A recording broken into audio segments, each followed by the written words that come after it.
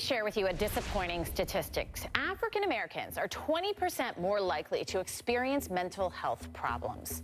Jasmine Pierre was one of them. She struggled with major depression, even attempting suicide, but came out the other side. She wrote a book about it and now developed an app, The Safe Place, that's targeted directly to African Americans. Jasmine Pierre, the creator of the Safe Place app, and physician Dr. Eudene are joining me now. And Jasmine, I do want to start with you.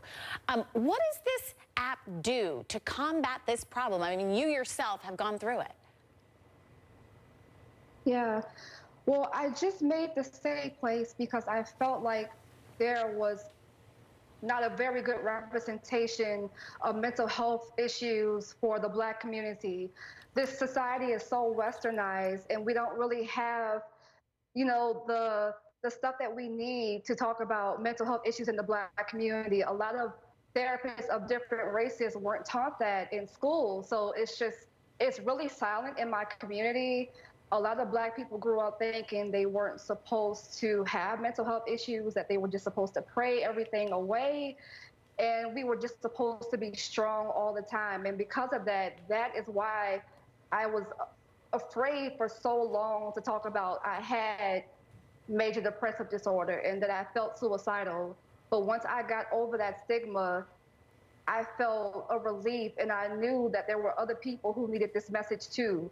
So this is why I created the Safe Place. I wanted them to have enough information to learn more about mental health issues, to learn about the statistics in the Black community. There's just a lot of different things to help the Black community be more okay with talking about their mental health issues. Do you agree with that assessment, Dr. Harry, of why that number is there when it comes to 20% more likely to experience mental health issues, the African American community? I do agree with what Jasmine is saying. I think many times we are not expected to reach out. Is very cultural for us. We're expected to take care of things ourselves, and we do experience quite a bit of stressors. And so if we have no place to go and discuss it, it's considered a sign of weakness oftentimes to discuss mental health issues. And so oftentimes we find that the African American community tends to isolate and withdraw, and even when we go to our physicians, it's something that we don't feel comfortable talking about. And you know, this app is supposed to fight that. This app is supposed to turn that around. Jasmine, how do you see it doing that? And what kind of results have you seen from people that are using it? The results have been so amazing so far, because I've had people in my community who might be afraid to talk about their issues, but they'll inbox me and they'll tell me thank you. Some people have told me this app has saved their life. So to hear that, that's the biggest result for me. I just want this to help my community. I want it to help save lives.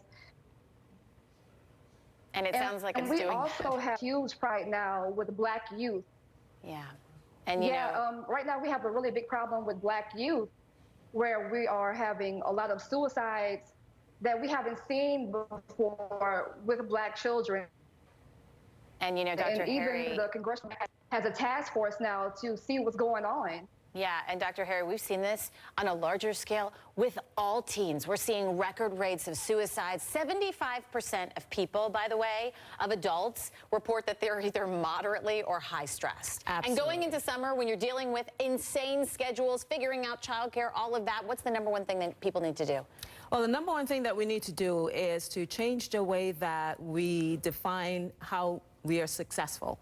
Okay, so oftentimes when we're going into summer, we start focusing on things that add stress to our lives. How many of us want to maybe say, want a bikini-ready body, we want firm abs, when we really need to be focusing on health?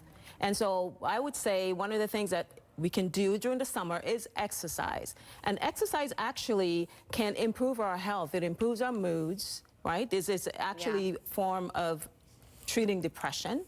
And exercise can also improve our blood pressure. So it's doing two things on our blood sugar. So if we then look at exercise as improving our health, then that's one of the things that we can do. Dr. Harry, and Jasmine, thank you for your time. We appreciate it. An important conversation.